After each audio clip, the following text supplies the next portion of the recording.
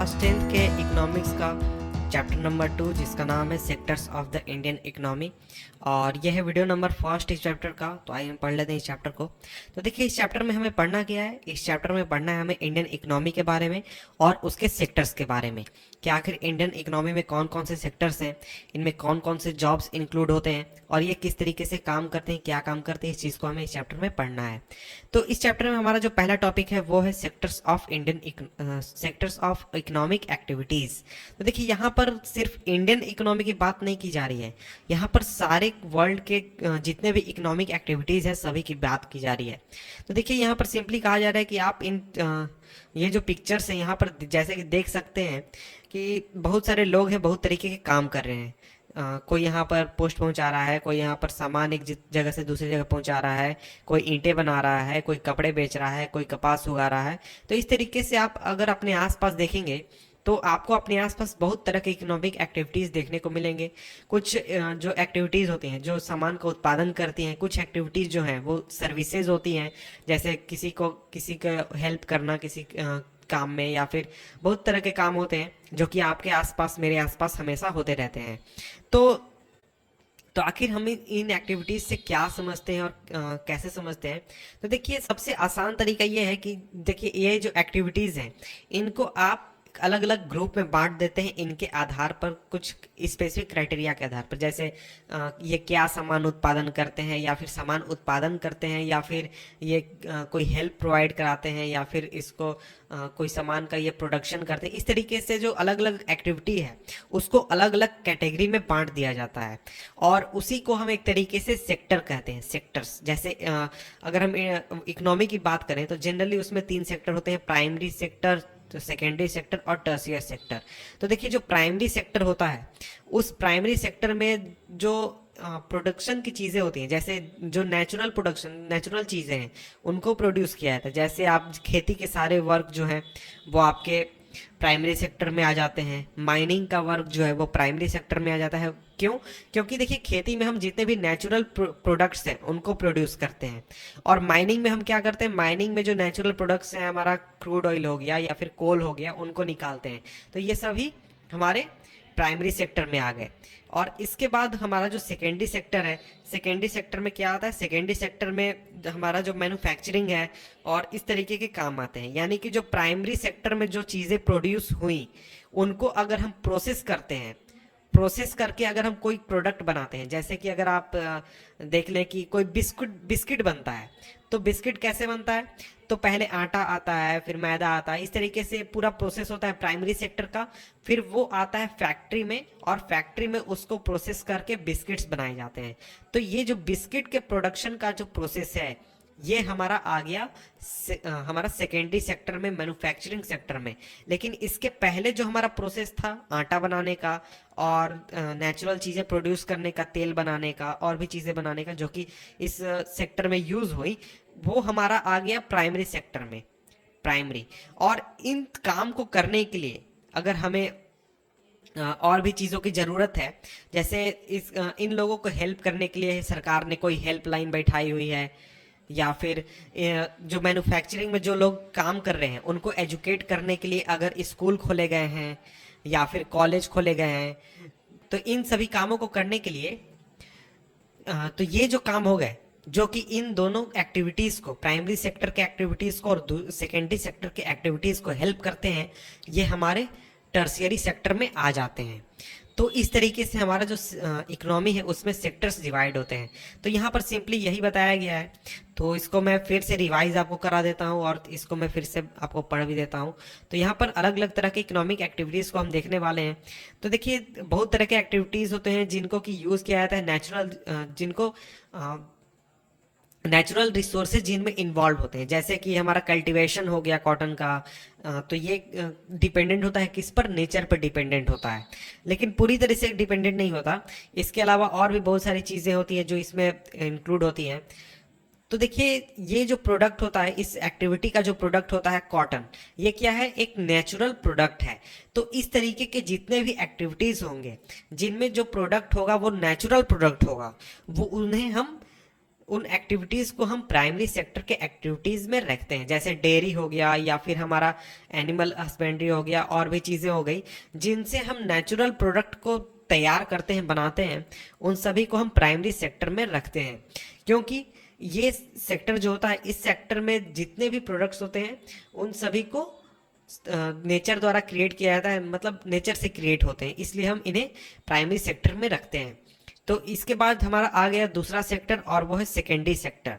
तो secondary sector में वो एक्टिविटीज आते हैं जिनको कि नेचुरल प्रोडक्ट को प्रोसेस करके बनाया जाता है। जैसे अगर आप देख लें, कॉटन आया, कॉटन से फिर आगे चलकर धागा बनाया जाएगा और धागा से फिर हमारे कपड़े बनाए जाएंगे। तो ये धागा बनाने का जो प्रोसेस है और ये कपड़े बनाने का जो प्रोसेस है, ये हमारा सेकेंडरी सेक्टर में आ जाता है। और वहीं जो हमारा कॉटन प्रोडक्शन का जो प्रोसेस है, ये हमारा प्राइमरी सेक्टर में आता है। क्यों? क्योंकि देखिए, जो हमारा सेकेंडरी सेक्टर का प्रोडक्ट है वो क्या है, वो एक मैन मेड प्रोडक्ट है, वो नेचुरल प्रोडक्ट नहीं है। वहीं हमारा प्राइमरी सेक्टर का जो प्रोडक्ट है कॉटन, ये क्या है, एक नेचुरल प्रोडक्ट है, इसको नेचर द्वारा बनाया जाता है। हम इसके प्रोडक्शन करने वाले लोग नहीं होते हैं, हम इसमें केवल एक प्रोसेस में हम इन्वॉल्व केवल होते हैं। तो इसी तरीके से जो हमारा टर्शियरी सेक्टर है, तो जो टर्शियरी सेक्टर है वो एक तरीके से इन दोनों से काफ़ी अलग है, क्योंकि ये डायरेक्टली कोई एक तरीके से सेक्टर नहीं है, इसमें हम कोई भी प्रोडक्ट का प्रोडक्शन नहीं करते हैं। टर्शियरी सेक्टर को सर्विस सेक्टर भी कहा जाता है। उसका रीज़न ये है कि ये जो सेक्टर होता है, टर्शियरी सेक्टर में जो एक्टिविटीज़ इन्वॉल्व होती हैं, ये इन दोनों एक्टिविटीज़ को हेल्प करती हैं, यानी प्राइमरी सेक्टर के एक्टिविटीज़ को और सेकेंडरी सेक्टर के एक्टिविटीज़ को हेल्प करती हैं। फॉर एग्जाम्पल, अगर जो हमारे टीचिंग का प्रोफेशन हो गया, या फिर हमारा जो इस कॉलेज के काम हो गए, या फिर अगर कोई कैंटीन चला रहा है, कोई रेस्टोरेंट चला रहा है, तो ये सभी जो काम हो गए, कोई होटल चला रहा है, तो ये सभी काम जो हो गए ये हमारे टर्शियरी सेक्टर में आते हैं, क्योंकि इसमें हम सर्विस प्रोवाइड कराते हैं, इसमें हम किसी भी चीज़ का प्रोडक्शन नहीं करते हैं। यहाँ पर एग्जाम्पल दिया गया, एग्जाम्पल में जो कि प्राइमरी सेक्टर में ट्रांसपोर्टेशन का अगर हम काम कर रहे हैं तो वो हमारा आ गया टर्शियरी सेक्टर में ट्रक्स के द्वारा या ट्रेन्स के द्वारा। और इसके साथ ही बहुत अलग, अगर कोई गोडाउन चला रहा है तो वो टर्शियरी सेक्टर में आ गया। तो अगर टेलीफोन का हम यूज़ कर रहे हैं, लेटर्स का यूज़ कर रहे हैं, तो इसमें जो लोग काम कर रहे हैं, एक्टिविटी इस प्रोसेस में हो रही है, टेलीफोन चलाने के प्रोसेस में, लेटर्स पहुंचाने के प्रोसेस में, तो ये सब हमारे टर्शियरी सेक्टर में आ जाते हैं। इसके बाद हमारा जो बैंक्स आ गए, ये टर्शियरी सेक्टर में आ जाते हैं। ट्रांसपोर्ट, स्टोरेज, कम्युनिकेशन, बैंकिंग, ये सभी जो हमारे सर्विस सेक्टर यानी कि टर्शियरी सेक्टर में आ जाते हैं। इसके बाद जो सर्विस सेक्टर है उसमें कुछ एसेंशियल सर्विसेज भी आती हैं जो कि डायरेक्टली प्रोडक्शन में हेल्प नहीं करती हैं। फॉर एग्जांपल, जो मैंने पहले ही बताया, टीचर्स, डॉक्टर्स, वाशरमैन्स, बार्बर्स, कॉबलर्स, ये सभी लोग जो हैं, ये जितने भी सर्विसेज हैं ये टर्शियरी सेक्टर में आते हैं। तो आप अपने आसपास देखें तो आपको एक तरीके से पूरा अंदाजा लग जाएगा कि ये किस तरीके से काम होता है, ये किस तरीके से पूरा प्रोसेस चलता है। तो आप अपने आसपास देखें कि आखिर कौन से लोग हैं जो कि नेचुरल प्रोडक्ट्स को प्रोड्यूस कर रहे हैं। तो उसमें आपको किसान आ जाएंगे और फिर आपको डेयरी फार्म चलाने वाले आ जाएंगे। सेकेंडरी सेक्टर जो हो गया, आप अपने आसपास देखें कि लोग जो हैं वो नेचुरल प्रोडक्ट को लेकर उसको प्रोसेस करके अगर कोई प्रोडक्ट बना रहे हैं तो वो हमारा सेकेंडरी सेक्टर आ जाएगा। तो उसमें क्या आ जाएगा, उसमें अगर कोई कॉटन से धागा बना रहा है, अगर धागे से हमारा कपड़ा बना रहा है, इस तरीके के जो काम है, जैसे कि कोई बिस्किट बना रहा है, हमारा ब्रेड जो होता है, ब्रेड हम खाते हैं, वो अगर बना रहा है, तो ये सभी चीज़ें जो हैं ये हमारे सेकेंडरी सेक्टर में आ जाते हैं।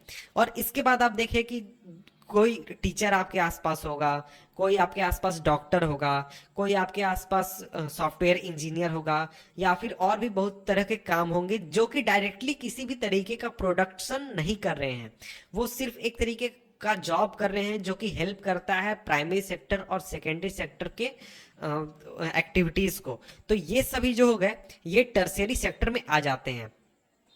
तो यहाँ पर और भी चीज़ें जैसे सॉफ्टवेयर कंपनीज हो गए, एटीएम बूथ्स हो गए, कॉल सेंटर, इंटरनेट कैफ़े, ये सभी हमारे टर्शियरी सेक्टर के एग्जाम्पल्स हैं।